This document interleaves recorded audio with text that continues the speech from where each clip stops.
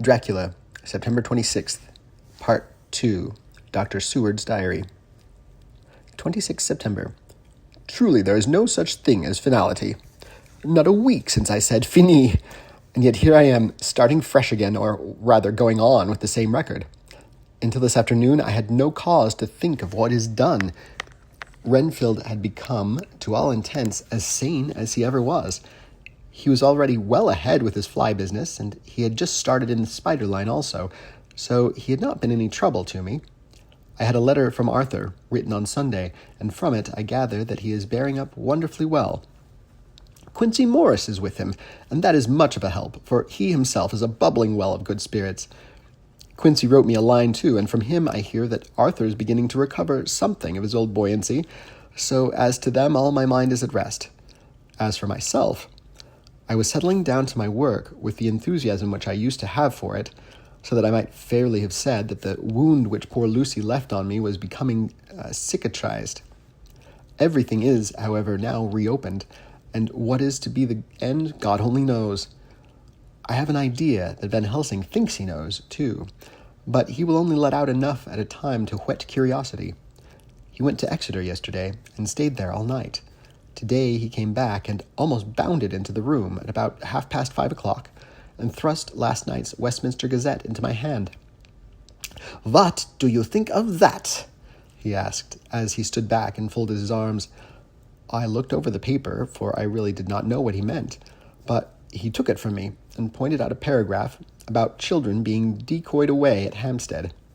It did not convey much to me, until I reached a passage where it described small punctured wounds on their throats. An idea struck up, and I looked up. "Well," he said. "It is like poor Lucy's." "And what do you make of it?" Simply that there is some cause in common. Whatever it was that injured her has injured them." I did not quite understand his answer. "That is true indirectly, but not directly."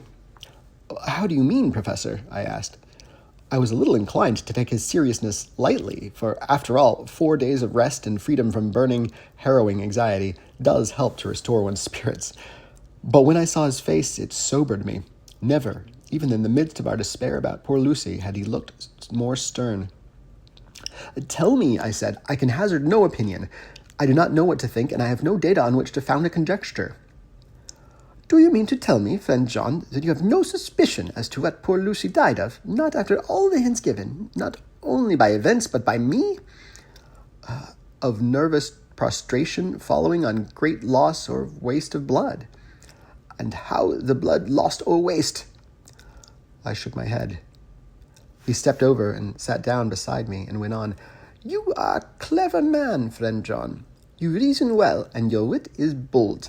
But you are too prejudiced. You do not let your eyes see, nor your ears hear, and that which is outside your daily life is not of account to you. Do you not think that there are things which you cannot understand, and yet which are? That some people see things that others cannot?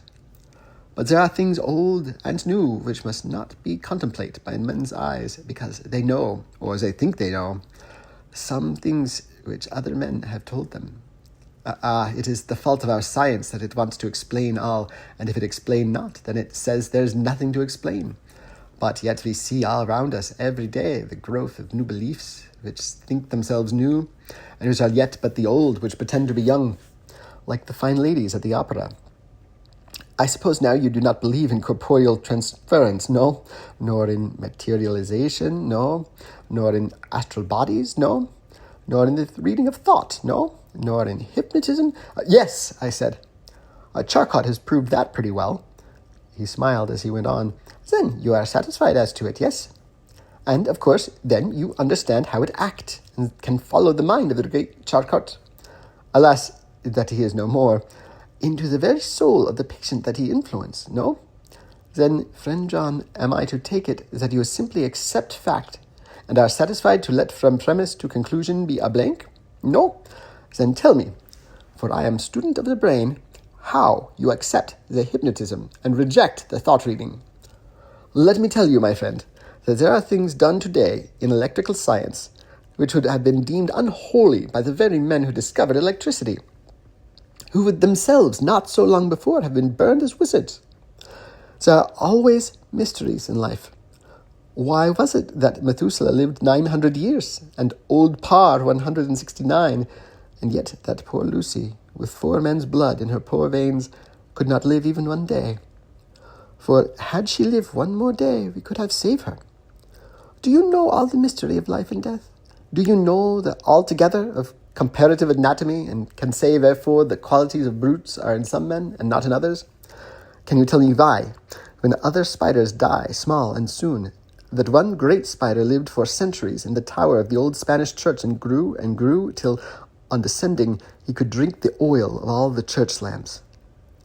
Can you tell me why in the Pampas, and elsewhere, there are bats that come at night and open the veins of cattle and horses and suck dry their veins? How in some islands of the western seas there are bats which hang on the trees all day, and those which have been seen described as giant nuts or pods, and that when the sailors sleep on the deck, because that it is hot, flit down on them, and then in the morning are found dead men, right as even Miss Lucy was. Good God, Professor, I said, starting up. Do you mean to tell me that Lucy was bitten by such a bat, and that such a thing is here in London in the 19th century? He waved his hand for silence and went on. Can you tell me why this tortoise lives more long than generations of men? Why the elephant goes on till he has seen dynasties?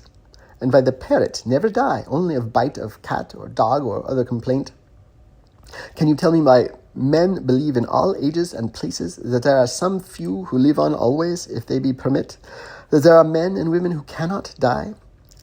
We all know, because science has vouched for the fact, that there have been toads shut up in rocks for thousands of years, shut in one so small hole that only hold him since the youth of the world. Can you tell me how the Indian fakir can make himself to die and have been buried, and his grave sealed and corn sowed on it, and the corn reaped and be cut and sown and reaped and cut again, and then men come and take away the unbroken seal, and that there lie the Indian fakir, not dead, but that rise up and walk amongst them as before? Here I interrupted him. I was getting bewildered. He is so crowded on my mind, his list of nature's eccentricities and possible impossibilities, that my imagination was getting fired. I had a dim idea that he was teaching me some lesson, as long ago he used to do in his study at Amsterdam. But he used then to tell me the thing so that I could have the object of thought in mind all the time. But now I was without this help. Yet I wanted to follow him, so I said, Professor, let me be your pet student again. Tell me the thesis, so that I may apply your knowledge as you go on. At present, I am going in my mind from point to point as a madman, and not a sane one follows an idea. I feel like a novice lumbering through a bog in a mist, jumping from one tussock to another in the mere blind effort to move on without knowing where I'm going. Ah, that is good image, he said. Well, I shall tell you. My thesis is this. I want you to believe. To believe what? To believe in things you cannot. Let me illustrate. I heard once of an American who so defined faith, that faculty which enables us to believe things which we know to be untrue. For one, I follow that man. He meant that we shall have one open mind, and not let a little bit of truth check the rush of a big truth, like a small rock does a railway truck. We get the small truth first, good. We keep him, we value him, but all the same, we must not let him think himself all the truth in the universe. Then you want me not to let some previous conviction injure the receptivity of my mind with regard to some strange matter. Do I read your lesson right? Ah, you are my favorite pupil still. It is worth to teach you. Now that you are willing to understand, you have taken the first step to understand. You think then that those so small holes in the children's throats were made by the same that made the hole in Miss Lucy? I suppose so. He stood up and said solemnly, Then you are wrong. Oh, would it were so! But alas, no, it is worse, far, far worse. In God's name, Professor Van Helsing, what do you mean? I cried. He threw himself with a despairing gesture into a chair and placed his elbows on the table, covering his face with his hands as he spoke. They were made by Miss Lucy.